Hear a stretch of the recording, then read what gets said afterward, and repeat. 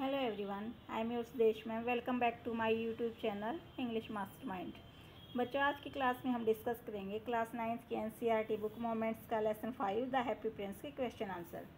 हमारा first question है, why do the courtiers call the prince the happy prince. जो courtiers हैं, राज दरबारी हैं, वो प्रिंस को हैप्पी प्रिंस क्यों कहते हैं। इज़ ही रियली हैप्पी, क्या वो वास्तव में हैप्पी है। What does he see all around him, वो अपने आसपास क्या देखता है। बच्चों, जब डज के बाद आती है वर्ब के फॉर्म तो SEIS नहीं लगता, इसलिए डज के बाद ही सी है। कई बच्चों को कन्फ्यूजन रहता है कि मैम डज के बाद ही सीज क्यों नहीं आता, क्योंकि जो SEIS था वो डू था पहले ये, और अब ये डज बन गया, तो SEIS वर्ब की फॉर्म से निकल के डू में ऐड हो गया, इसलिए डज बन गया। आंसर हमारा, the courtiers call the prince the happy prince. जो कोर्टियर्स हैं वो प्रिंस को हैप्पी प्रिंस कहते हैं, because when he was alive he never saw और एक्सपीरियंस्ड एनी सोरो।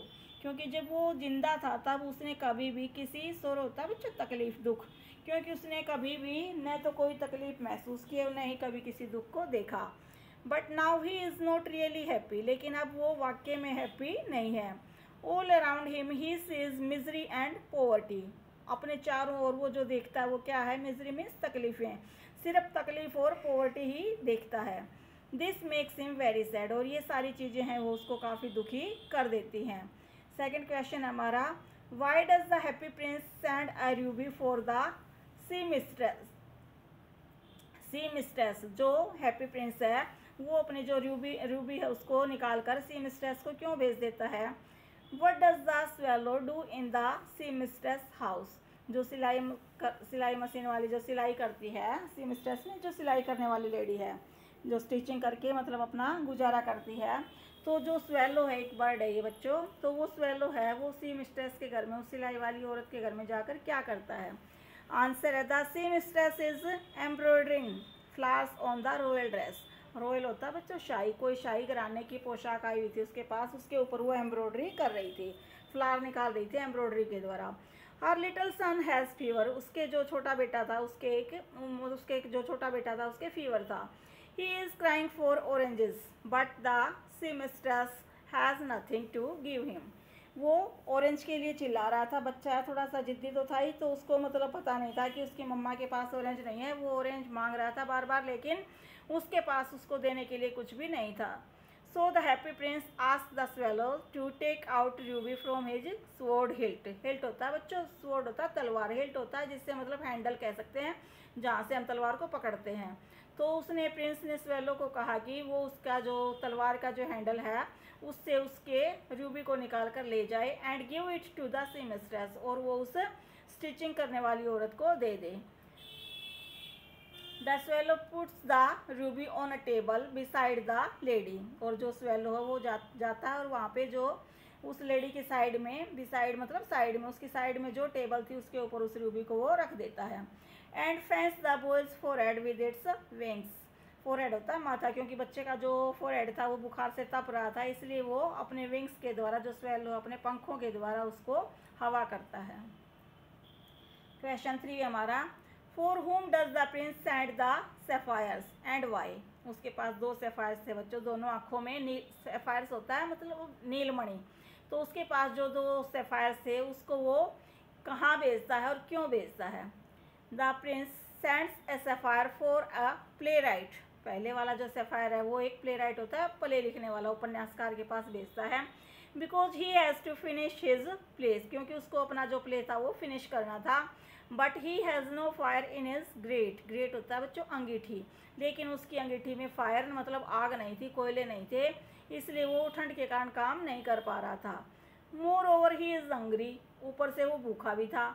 He sends the second sapphire for the match girl. Match होता है जो माचिस बेचने वाली लड़की थी, और जो सेकेंड सैफायर है वो किसके लिए बेचता है, वो उस माचिस बेचने वाली लड़की के लिए बेचता है। Because all her matches have fallen in the gutter, क्योंकि उसकी जो सारी की सारी माचिस के बॉक्स थे वो सारे गटर में गिर गए थे, और उसे वो लड़की डर रही थी कि अब उसकी जो माँ है, उसके फादर हैं, उसको पेरेंट्स हैं, वो उसको पीटेंगे, इसलिए वो घर जाने में डर रही थी, इसलिए उसकी हेल्प करता है। Question 4, why does swallow see, sorry, what does the swallow see when it flies over the city। जो स्वेलो है जब वो पूरे शहर पर उड़कर जाता है तो क्या देखता है? आंसर है the swallow sees the rich making merry, rich merry making आएगा बच्चों। The swallow sees the rich merry making in their beautiful, एक second, the swallow sees the rich making, yes यही है सेंटेंस सही है बच्चों। The swallow sees the rich making merry in their beautiful houses. जो swallow है वो देखता है कि जो अमीर आदमी है, द रिच यहाँ पे अमीरों के लिए यूज हुआ है, तो जो अमीर आदमी है मेकिंग मैरी वो मतलब एंजॉय कर रहे थे इन देयर ब्यूटीफुल हाउसेज, जो अपने सुंदर सुंदर घरों में काफ़ी खुशियाँ मना रहे थे। And the poor beggars sitting at the gates, और उनके घरों के बाहर जो भिखारी थे, बेचारे गरीब भिखारी, वो बैठे हुए थे। He also sees white faces of hungry children, वो कुछ भूखे बच्चों के सफ़ेद चेहरों को भी देखता है। He sees the watchman asking 2 hungry boys to the run off, वो देखता है कि एक वॉचमैन है 2 भूखे बच्चों को वहाँ से भगा रहा है। And they wonder out into the rain, और वो जो बच्चे हैं बेचारे भूखे भी हैं और मतलब उनके पास पहनने के लिए कपड़े भी नहीं हैं, पैरों में उनके जूते भी नहीं हैं।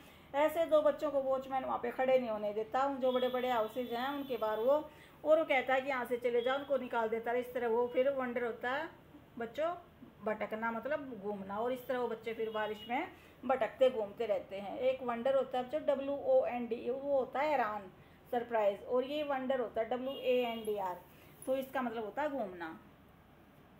Question 5, why did the swallow not leave the prince and go to Egypt, जो स्वेलो था वो उस प्रिंस को छोड़कर, इजिप्ट होता है ये जो मिस्र देश है, हम उसको इंग्लिश में इजिप्ट कहते हैं, तो वो अपने देश में जहाँ से सारे साथी चले गए थे, कंपेनियन चले गए थे, तो इजिप्ट क्यों नहीं गया वो?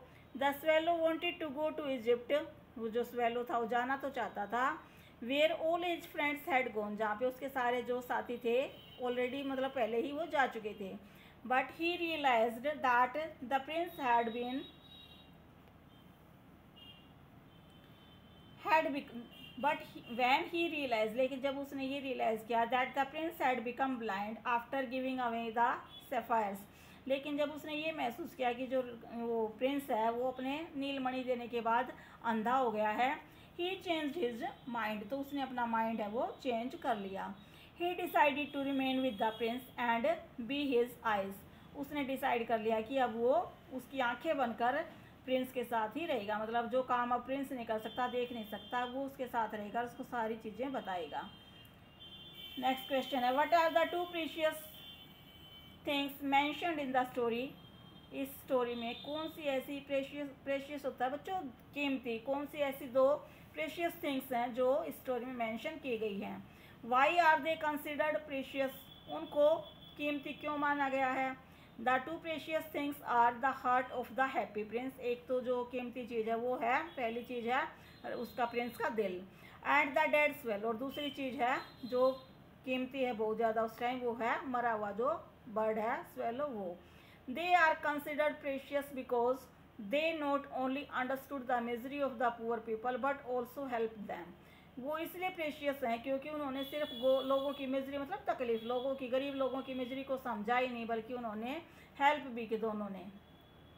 तो बच्चों ये थे हमारे इस लेसन के क्वेश्चन आंसर, बड़ा इजी और इंटरेस्टिंग सा चैप्टर था, एक मीनिंगफुल स्टोरी कह सकते हैं कि किस तरह हमें पुअर और जो नीडी पीपल हैं उनकी हेल्प करनी चाहिए। तो ये इसके छोटे छोटे क्वेश्चन आंसर थे। आपको वीडियो कैसी लगी, अच्छी लगी तो प्लीज़ लाइक करें, शेयर करें, मेरे चैनल को सब्सक्राइब करें। Thanks for watching my videos.